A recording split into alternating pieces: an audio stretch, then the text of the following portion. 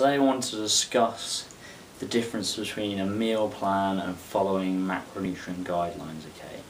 So in my opinion, the typical old school meal plan has a lot of problems in my opinion. Probably one of the biggest things is it's very restrictive in the sense that you're only restricted to a certain types of foods, and if those foods aren't available, you're clueless. So a great example, if you've got a client who works away on business, they don't have their typical meals or foods that they usually consume, now they're away, they're in trouble because they don't understand how the calories, macronutrients work in with the meal plan they've been given. So in my opinion, following macronutrient guidelines, potentially having examples within there as well, so a combination of both is the most superior for the majority of people. That's not to say a meal plan doesn't have its place, because if you give that to, say, a rank beginner, they're probably going to make progress just by default. They're going to be consuming less calories than they normally would do, as long as the nutrition plan's built around sort of quality whole foods, etc., sufficient protein. A couple of other things to consider is it doesn't really teach the process. So giving a very cookie cutter meal plan, it doesn't teach the client what they're really doing, and in my opinion this is what a lot of people fall short on, people who follow the Body by V, Herbalife, etc., because they don't understand the process. Their mindset is shifted into thinking, if I consume this food or X supplement, I get this result, and if they're in an energy deficit, they're going to make progress. Therefore they associate the result with X, so the supplement X or that supplement food. As soon as that food's taken away, in their mindset they think, oh, they're going to gain weight, etc. It just creates a really bad relationship with that type of food, with that type of supplement, etc. So that's my biggest dislike with meal plans, is it comes under either not even those specific foods, I'm not going to go get towards my goals, okay?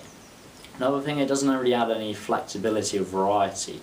The great thing about macronutrient guidelines is it allows you to have variety. You can pick and choose foods as long as it fits into your ratios. So you can be flexible, you can go to social gatherings. It doesn't have to be perfect all the time, especially if you're kind of an intermediate to beginner. You can ballpark your food, you can eyeball the food and say that's approximately X grams of carbohydrates, X grams of proteins, etc. So it doesn't really limit you. Also, it's important to consider that macronutrient guidelines, the food you consume, is an evolutionary process. It's not like the protein, carbs, fats, calories stay the same all year round. Depending on your goal, they're going to be changing. So a great example, say often my clients kind of a ballpark figure to cut from if they've made a fat loss plateau is to drop calories by 10%. If I told that to an individual who's on a basic meal plan, they don't have a clue what I'm talking about. If I said drop X number of carbs for this week, they're clueless.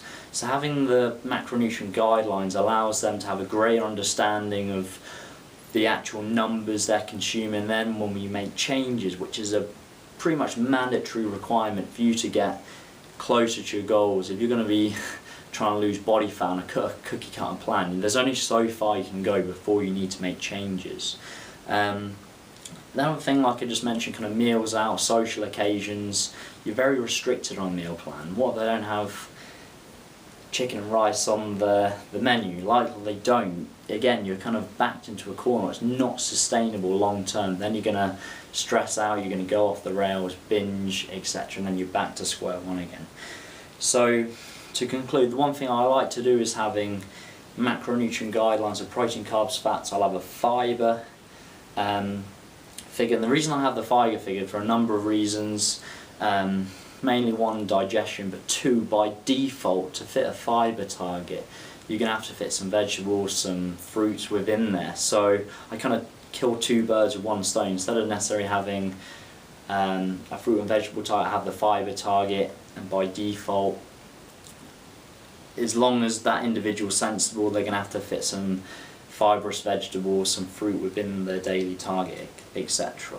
So I do think example meal plans do have their place, because some people, if you said eat X carbs, proteins, fat, calories a day, they're going to they're not going to understand you. Some advanced people will, so therefore having examples, trying to take the foods they do enjoy eating and then creating some examples that way. But I'm very reluctant to give 7-day meal plan, because like I said, it doesn't teach them anything. They're just on automatic, eat X food at X time, X grams at X time, whereas examples gives them the understanding of this is how I need to fit my targets, but at the same time they're not restricted, they can add certain foods to the numbers, etc, etc. So I hope this has been useful. In my opinion, the typical old school meal plan isn't the most optimal approach. However, that's not to say it doesn't have its place for, say, a beginner who's generally eating complete rubbish, and then by having a meal plan actually gives them a little bit of structure. But for the reasons I've given in this video, I personally think macronutrient guidance, fibre target, potentially a fruit and vegetable target, and then examples within that is the most optimal approach. Okay, I hope you found this useful. If you haven't subscribed to the channel already, please do, because I'm going to be uploading lots and lots of videos over the coming weeks and months. Like the video, share on Facebook. Have a good day. Thank you.